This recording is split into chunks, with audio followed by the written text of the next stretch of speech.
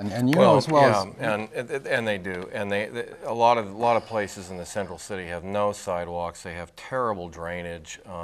You know, they are forced to rely on block grants for all of their infrastructure needs, and you know, let's face it, a lot of that was segregated. It was racially segregated. It still is in a lot of ways, and you combine racial segregation with a kind of a draining influence of peripheral development, it's definitely drained resources from the central city, and you have the elements of what we are facing in North Central, which is the rise of the slumlord and the slow decimation of neighborhoods, and that's what the overlay is designed to correct. Rightly or wrongly, and I think that, you know, I think it has to be looked upon that way, and once it is, then we can start talking about alternatives to it. If it's not going to work, then what are we going to do to correct these problems? The overlay does not bring a dime of new money in street repair or building to that district. Not a dime. It doesn't address that at all, and so that's a side issue. The idea of do we have money for resources should not be the basis for deciding whether or not a group of people who have a common idea can be represented with parity at the city council table and No, at but P&Z. this all fits hand in glove. I mean, infrastructure is one side of the equation, and you're right. I mean, this overlay has nothing to say about that. But what it does have to say about is the area itself and people's attempt to make sure that that area improves and just doesn't continue to wither like it's done for years. Right, so I don't see those are mutually exclusive. I think they go hand in hand. They could go hand in hand, but one should not serve as the predicate for denial of the other. Oh, I don't think it should. I'm not suggesting that should be a predicate for denial. I mean, it should not be based on that. It's not going to be based on zoning. It's not going to be based on infrastructure at all. Right. What it is going to be based on is apparently whether they are eligible to file for the overlay, and apparently they are, according to a number of measures. And the key is who is participating. And what is the nature of that participation? It came out even in the discussions that a lot of people that were included on the list for the business district application were in fact were even non-players. So we don't even, this is another one of those great neighborhood association business district kinds of issues, and that is, I demand, and I think the city council will demand, that neighborhood associations, if they are empowered, and I think that's the way things are going, just like the development community or business districts, if they are empowered as well, and I think everyone ought to be empowered, have to play by certain rules. And those rules mean that you have to be accountable for the names that you put on a piece of paper. You have to have minutes of meetings if you meet with people.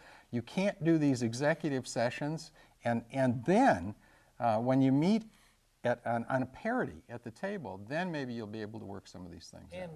And that people would be given parity. My understanding is that when they came in on their initial application or in the initial discussion, I thought that Commissioner Barrow made this note, or I thought that I heard this, that he said that we have a strong minority represented here, that in his opinion there were less people who were for the overlay that owned property in that district than the people who were opposed to it.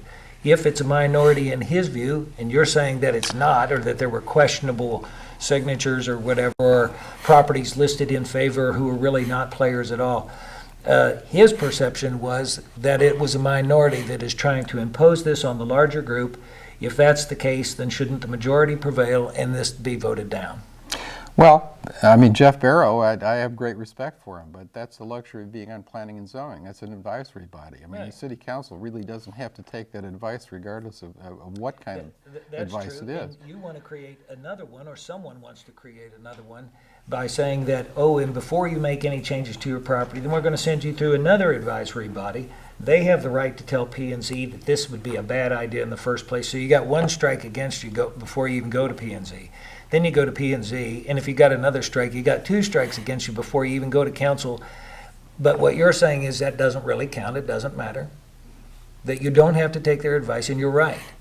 But the perception grows each time that there is another layer, and the cost and the time, and that is not streamlining as I thought the council had indicated it wanted to do this year. We do want to streamline, but it's not necessarily going to be streamlining on every single case. This is a pretty complicated issue. And it's not you know, what are we streamlining over there? I mean, I'm not seeing, other than the Atkins family and some Columbia College work, a whole lot of projects going on in North Central that would even fall under this. Instead, I'm seeing a lot of property being sort of left to its own devices. Right. And so I'm not seeing any. I don't know what the problems are with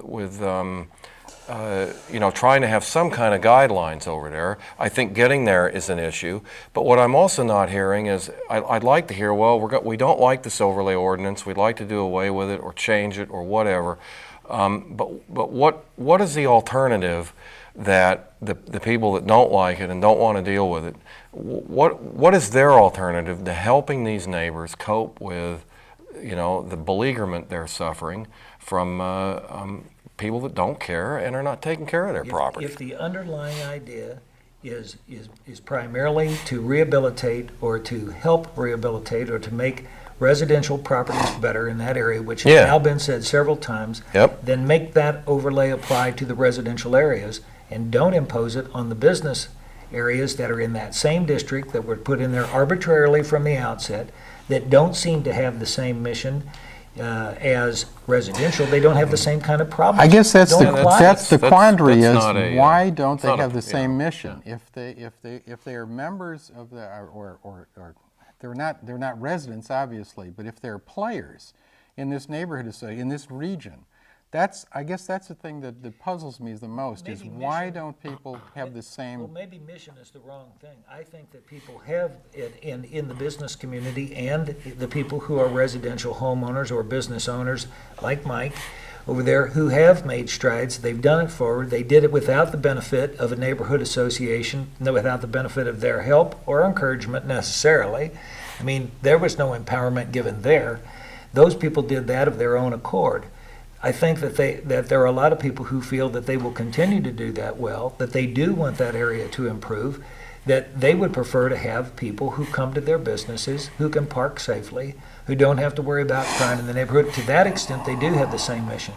But what is happening is that there is a proposal to put a load of rules that do not apply, that are intended for residential, onto a commercial basis, and it doesn't fit. So they're saying it doesn't matter. Let us be separate and distinct. Let us carry forward our mission in one manner, and let us do it. And don't even worry about the word overlap anymore. Make them separate and distinct. Then they don't overlap. There are tens of neighborhood associations that butt right up against each other, and for no different reason than a street was drawn there arbitrarily in between. That certainly may be a solution to this, because I think one of the big problems has to do with this overlapping business. I mean, that could be. Yeah. On the other hand, another alternative could be to vest all of the privileges and responsibilities in the business district that exist in the neighborhood association. I'm just trying to get the two sides to get them together rather than drive them apart by making them distinct. But what you have seen is that at least one group of people believes that they have a majority of people who are opposed, and that this is going to be imposed on them by that minority, and no wonder they fight. No wonder they're fighting, Karl. Well, we're not going to solve this problem. We certainly are not going to solve it tonight. Stay tuned, folks out there, because this is another one of those This is a good controversy. If there is such a thing, I think there is such a thing as a good controversy. Yeah,